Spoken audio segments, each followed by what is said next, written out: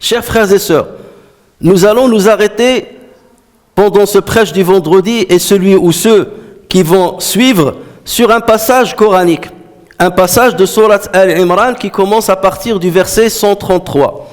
Dans ce passage, Allah Azza wa Jal dit ce qui signifie « Et empressez-vous, sari'u, et empressez-vous vers un pardon de votre Seigneur et vers un paradis large comme les cieux et la terre. » Préparé pour les pieux qui dépensent dans l'aisance et dans l'adversité, qui dominent leur rage et pardonnent à autrui, car Allah aime les bienfaisants. La suite des versets. Allah Azza wa Jalla ici s'adresse aux croyants, notamment pour leur demander d'empresser le pas, pour leur demander de se dépêcher, pour leur demander de se hâter vers la recherche d'un pardon de la part de leur Seigneur, et vers un paradis qu'Allah Azza wa Jal a préparé pour les pieux. Nous savons très bien que les objectifs des êtres humains sont multiples et variés. Et chacun de nous, sans le savoir parfois, établit une échelle de priorité dans ses objectifs. Parmi ces objectifs, il y a ceux qui ont un rapport avec la vie mondaine. Et il y a ceux qui ont un rapport avec la vie qui nous attend après notre mort. Et chacun de nous, d'une manière directe ou indirecte, consciemment ou inconsciemment, il établit les priorités dans cette échelle. Chacun de nous a une échelle qui lui est propre. Et c'est cette échelle-là qui va déterminer la vitesse avec laquelle nous allons nous diriger vers la réalisation de nos objectifs. Et ici, dans ce passage, Allah Tabaraka wa Ta'ala a utilisé une exhortation, a utilisé une injonction avec un verbe qui signifie sari'u, empressez-vous, sari'u. Et lorsque nous lisons le Coran, nous voyons qu'Allah Azza wa Jal utilise parfois d'autres vocables ou d'autres verbes qui sont similaires, qui sont synonymes. Mais chaque verbe a une particularité, parce que chaque verbe va déterminer la vitesse avec laquelle nous allons nous orienter, nous diriger vers nos objectifs. Regardez lorsqu'Allah Azza wa Jal nous parle de la quête de notre subsistance, ce qui est le cas de tout le monde. Lorsqu'on se réveille pour aller chercher notre subsistance, travailler d'une manière laborieuse pour gagner les biens matériels, pour gagner de la finance, pour gagner ce qui va nous servir à manger, à boire, à demeurer ici ou là, et ainsi de suite.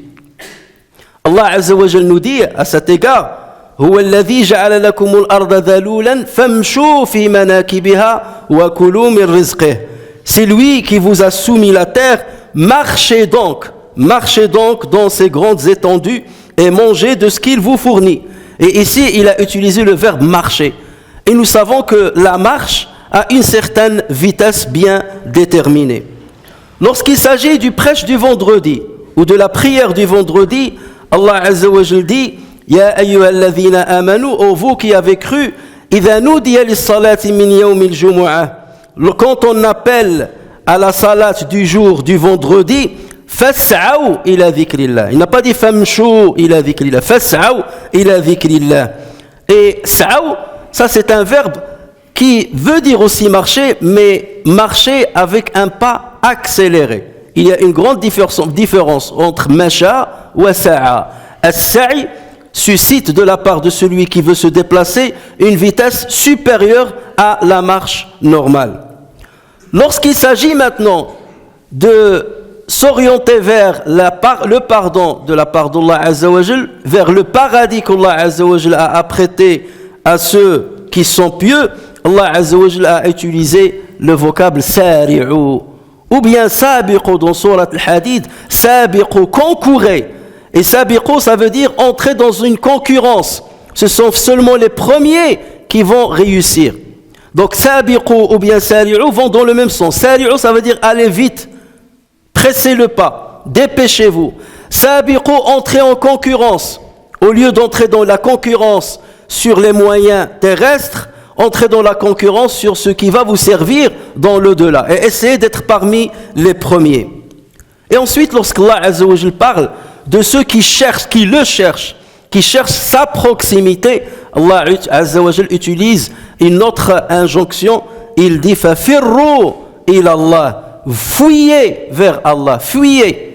Et la fuite, bien entendu, suscite un déplacement, mais avec le maximum de vitesse qu'on puisse avoir, en utilisant le maximum d'efforts que nous avons. On n'est plus dans la marche, on n'est plus dans le pas accéléré, on n'est plus dans la course, mais là, le firar, on est dans la fuite. Ça veut dire considère que tout ce qui est autre que Allah Azza wa Jal est un objet de crainte qu'il faut fuir, que c'est quelque chose qui va quelque part te ralentir ton pas ou qui va être nuisible. Donc dans ce cas, laisse tout derrière toi et fuis vers Allah tabaraka wa ta'ala. Selon le degré du recherché, le croyant augmente la vitesse de sa recherche. Selon ce à quoi tu aspires, tu vas adapter une démarche bien particulière. Et chacun de nous doit voir quelle est l'échelle qu'il établit dans sa vie, concernant les priorités de sa vie. Regarde comment tu t'actives, par exemple, pour aller chercher ton pain, comment tu t'actives pour avoir ton salaire final, comment tu t'actives pour avoir tes dividendes à la fin de l'année, et regarde comment tu t'actives pour aller à la mosquée, comment tu t'actives pour jeûner quelques jours surérogatoires, comment tu t'actives pour lire un peu le Coran ou mémoriser un peu de Coran, comment tu t'actives pour te réveiller le soir pour accomplir quelques prières. Regardez les gens au moment de l'aube, comment ils sont actifs. Les ruelles sont vides, les rues sont vides, à part ceux qui sortent leurs chiens pour accomplir leurs petits besoins, pendant que la majorité des musulmans sont en train de dormir. Ça veut dire, lorsque celui qui a sorti son chien a considéré que ceci est un objectif important pour lui dans sa vie. Si bien qu'il se réveille à l'aube pour aller le faire sortir, accomplir ses besoins. Et le musulman qui est en train de ronfler et de dormir, il considère que prier dans la mosquée ou prier à l'heure n'est pas une priorité pour lui. Le sommeil est une priorité. Et c'est pour cela, non seulement il ne marche pas, mais il est inactif. Il est inactif complètement. Et c'est ça qui va déterminer quelles sont les priorités de ta vie et l'échelle que tu as dressée dans ta vie pour avoir une philosophie qui va te diriger dans tes choix et tes priorités. Et Allah Azza wa Jalla, à travers ce passage-là, il est en train de nous dire, rétablissez votre échelle, faites attention. Là où vous devez vous empresser, sur'a, là où j'attends de vous une vitesse et un effort, c'est lorsque pour demander le maghfira, sari'u ila maghfira, c'est pour demander le paradis. C'est là où j'attends de vous une vitesse accélérée. C'est là où j'attends de vous une course, une compétition, un concours entre vous. Et faites attention, rétablissez l'ordre dans votre vie. Et ce passage-là doit interpeller chacun de nous pour qu'il se pose cette question-là. Quelles sont les premières priorités dans ma vie et quel est l'effort que je dois déployer pour y parvenir, ou parvenir à chacun de ces priorités ou de ses objectifs. Chers frères et sœurs, lorsqu'Allah Azza wa Jal nous demande d'empresser le pas pour obtenir un pardon et pour obtenir le paradis, il veut dire empresser le pas pour obtenir les causes qui vont vous permettre d'obtenir le pardon de Dieu et pour obtenir les causes qui vont faire de sorte que Dieu vous accorde le paradis. Et ces causes-là se résument en un seul mot. C'est obéir à Allah et obéir à son prophète. Et c'est ce que nous trouvons juste avant ce verset. Le verset 133, si on va juste avant, le verset 132, Allah Azza wa Jalla dit « Wa ati'u Allah wa rasulahu la'allakum tuflihun » Obéissez à Allah et obéissez à son prophète, peut-être serez-vous parmi ceux qui vont réussir. Mais si on va deux versets auparavant, ça veut dire en commençant à partir du verset 130 de Surat Ali Imran, là, on voit comment Allah Azza wa Jal a cité l'exemple de certaines désobéissances qui peuvent faire mériter aux musulmans l'enfer et qui peuvent l'éloigner du pardon d'Allah et qui peuvent l'éloigner du paradis qu'Allah Azza wa Jal a apprêté pour les pieux. Que dit Allah Azza wa Jal dans le verset 130 ? Ils disent ce qui signifie oh les croyants, ya ayyuhalladhina amanu, ne pratiquez pas l'usure, la ta'kulu riba, ne pratiquez pas l'usure en multipliant démesurément votre capital. Et craignez Allah afin que vous réussissiez. Et craignez le feu préparé pour les impies. Et obéissez à Allah et aux messagers afin qu'il vous soit fait miséricorde. Et c'est tout de suite après, il va dire وَسَارِعُوا إِلَى مَغْفِرَةٍ مِنْ رَبِّكُمْ. Les versets sont liés. Les versets sont liés. Parce que lorsqu'Allah Azza wa Jal ici il parle de riba, riba c'est un moyen de gagner l'argent. On pense que c'est un moyen facile de gagner l'argent et de multiplier l'argent. Et donc c'est un rapport avec la quête de la subsistance. Et c'est ce qui déraille beaucoup de gens. C'est ce qui fait de sorte que beaucoup de gens s'écartent du chemin d'Allah Azza wa Jal. Et Allah Azza wa Jal a pris ce péché-là, ce péché capital qui a un rapport avec le gain mondain pour dire voici ce qui peut vous détourner du pardon d'Allah et ce qui peut vous détourner du paradis qu'Allah Azza wa Jal a apprêté pour les pieux. L'imam Muslim rapporte sur Jabir ibn Abdillah radiyallahu anhuma qu'il a dit le prophète sallallahu alayhi wa sallam a maudit, le prophète a maudit celui qui consomme le riba, l'intérêt usuraire, celui qui consomme le riba, celui qui l'accorde, les témoins de la transaction et celui qui établit le contrat. Et ensuite le prophète sallallahu alayhi wa sallam a dit hum sawa, ils sont tous pareils.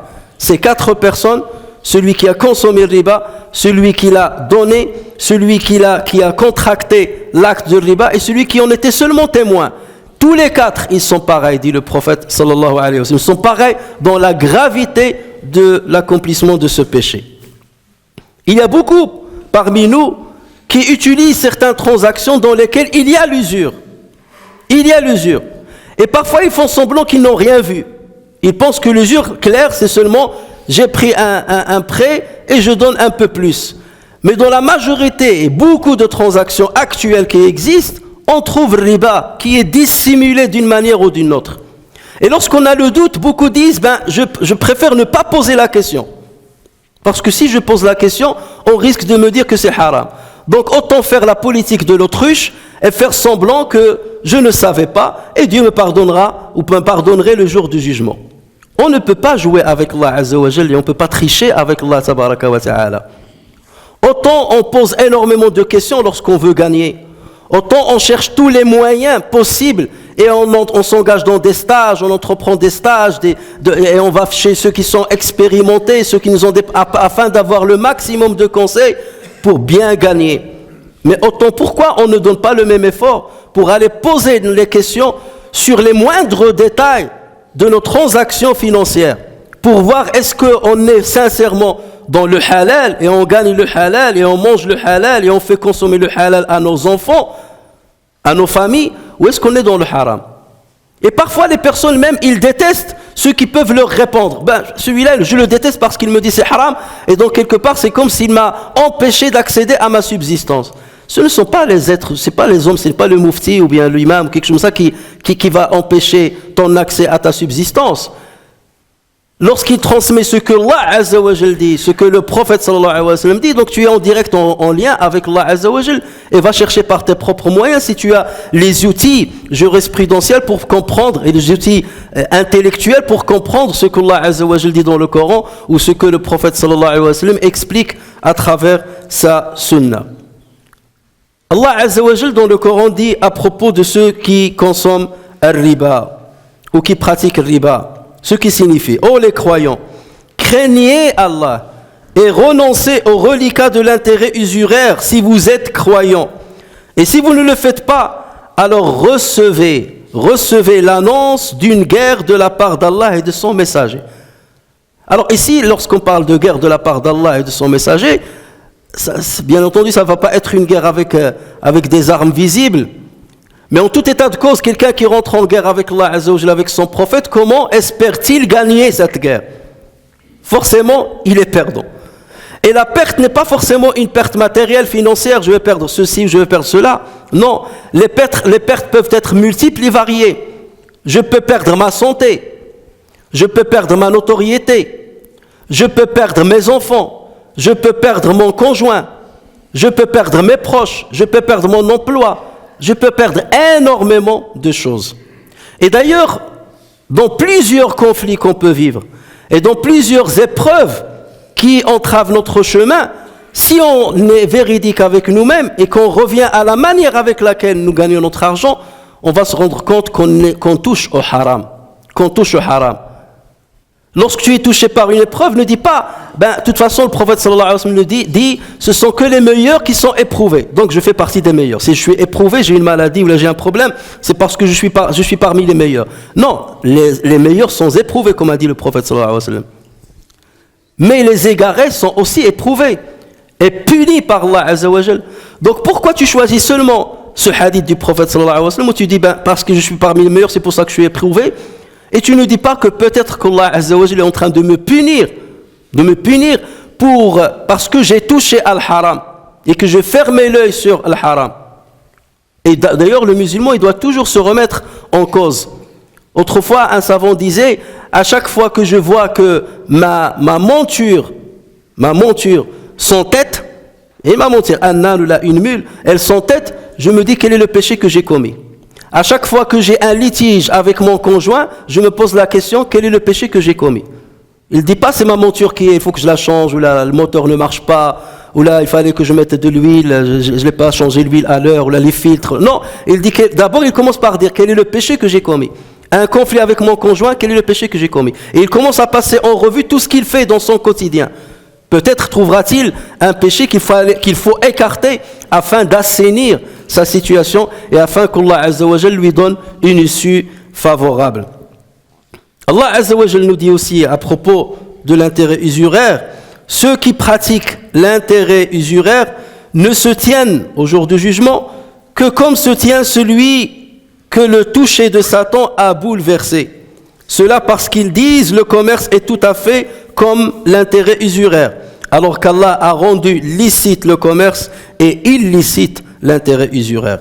Celui donc, dit Allah Azza wa Jal, celui donc qui cesse dès que lui est venue une exhortation de son Seigneur, peut conserver ce qu'il a acquis, son capital peut conserver ce qu'il a acquis auparavant et son affaire dépend d'Allah. Mais quiconque récidive, alors les voilà les gens du feu. Ils y demeureront éternellement. Allah anéantit l'intérêt usuraire et fait fructifier les aumônes. Yamhaqullahu ar-riba wa yurbi as-sadaqat. Donc, à travers ces versets, ensuite, Allah Azza nous parle de riba, dans le verset à partir du verset 130. Verset 132, il dit wa ati'u Allah wa rasulahu la'allakum tuflihun. Obéissez à Allah et à son prophète pour que vous réussissiez. Et tout de suite après, il dit wa sari'u ila maghfirah. Et empressez-vous vers un pardon de la part de votre Seigneur et vers un paradis large comme les cieux et la terre qu'il a préparé pour les pieux. Voici le contexte de la citation de ces versets-là. Le contexte, sari'u, ça veut dire quoi? Débarrassez-vous déjà de ce qui est interdit. Débarrassez-vous de vos péchés. Et ensuite, pressez le pas vers le pardon. Pour que vous puissiez acquérir ce pardon-là, pour que vous puissiez le mériter, empressez le pas vers le pardon de votre Seigneur et vers le paradis qu'il vous a préparé. Chers frères et sœurs, Allah Azza wa Jal nous dit, sari'u ila maghfirah, pressez-vous vers un pardon de la part de votre Seigneur et vers un paradis. Regardez le style que Allah Azza wa Jalla a utilisé ici. Empressez-vous vers un pardon. Il n'a pas dit vers le pardon de Dieu. Et vers un paradis. Il n'a pas dit vers le paradis. Donc il a utilisé deux termes indéfinis. Et dans la littérature arabe, lorsqu'on utilise l'indéfini dans ce genre de situation, c'est pour montrer l'importance de ces mots-là. L'importance de à quoi Allah Azza wa Jal fait allusion. C'est une maximisation. Ça veut dire cette maghfira, elle est énorme. C'est une maximisation, c'est une exaltation, c'est une surestimation de cette maghfira, de ce pardon. Et le mot al-maghfira, il a la même racine que le mighfar. Il y a le maghfira au féminin, il y a le mighfar au masculin. Et le mighfar, c'est le casque qu'utilisent les guerriers lorsqu'ils s'engagent dans une guerre pour protéger leur tête des armes de leurs ennemis. Donc c'est un moyen de protection. Et c'est exactement le même sens qu'on trouve dans le maghfira. Le maghfira, c'est un moyen de protection. C'est ce qu'Allah Azza wa Jal t'accorde afin de te protéger de tes péchés, pour que tes péchés ne soient plus nuisibles pour toi. Allah Azza wa Jal ne te tiendra pas rigueur sur ces péchés-là. Et Allah Azza wa Jal occultera ces péchés-là devant les autres êtres le jour du jugement. Alors que pour d'autres personnes, il va les exposer devant tout le monde. Il y a déjà la honte qui va envahir les personnes lorsque tout le monde va se rendre compte de ce qu'ils avaient fait, et ensuite le châtiment qu'ils attendent de la part de Allah tabaraka wa ta'ala. Et Allah Azza wa Jalla n'a pas dit sari'u ila jannah, concourez ou bien hâtez-vous vers le paradis. Non, parce que le paradis, tu ne peux pas y accéder si tu ne t'es pas d'abord purifié de tes péchés. Pour accéder au paradis, il faut être pur. Et pour se purifier, il faut qu'Allah Azza wa Jalla d'abord pardonne tes péchés. Et pour qu'il te pardonne tes péchés, il faut saisir certaines causes, certains moyens pour mériter ce pardon-là. Et c'est ces moyens-là qui ont été résumés lorsqu'Allah Azza wa Jalla a dit « Wa ati'u Allah wa rasulahu la'allakum tuflihun ». Donc plus le musulman regrette ses péchés, d'abord il identifie ses péchés. Et il faut qu'il soit sincère avec lui-même. Il faut qu'il soit sincère avec lui-même. Il faut qu'il établisse un auto-jugement draconien et qu'il passe au volet et qu'il trie tout ce qu'il fait. Et point par point, quels sont mes péchés? 1, 2, 3. En plus, tu parles avec toi-même. Hasibu anfusakum qabla an tuhasabu. Et à partir de là, regretter le péché et s'adresser à Allah Azza wa Jal pour lui demander un pardon. Et s'engager à ne plus refaire ce péché, ou à le minimiser, ou à le diminuer, ou à l'arrêter complètement, ça c'est encore mieux, bien entendu. Et combien même on tombe encore dans une nouvelle faiblesse, malgré cela, il faut revenir à Allah Azza wa Jal, parce qu'on a besoin qu'Allah Azza wa Jal gomme ces péchés-là si on veut accéder au paradis. Et lorsqu'on réunit les deux, ça veut dire on s'est débarrassé des péchés, on a obtenu le pardon d'Allah Azza wa Jal, et ensuite on a accédé au paradis. Ça, ce sont les meilleurs objectifs. Et c'est ces deux objectifs-là qu'il faut mettre au sommet de l'échelle que chacun de nous établit d'une manière inconsciente en termes de ses priorités. Le sommet, mes objectifs, là où je dois déployer le maximum de mes efforts, c'est obtenir le pardon de Dieu et accéder au paradis. Et c'est ça qui va déterminer comment je vais distribuer mes efforts au cours de ma journée, au cours de ma semaine, au cours d'un mois, au cours d'une année. C'est là où je vais établir mon programme d'action par rapport à tous les autres objectifs. Mais au sommet, c'est l'agrément d'Allah, parce que c'est lui qui va pardonner et c'est lui qui va me faire entrer au paradis. Et dans ce cas-là, il faut aller voir quand Allah Azza wa Jal agrée son serviteur. Quand Allah Azza wa Jal, qu'est-ce qu'il demande à son serviteur pour qu'il l'agrée? Et une fois tu te soumets à ces injonctions, c'est là où, bien entendu, tu obtiens la récompense ultime, et c'est là où tu obtiens la vraie joie éternelle qui ne s'arrêtera jamais.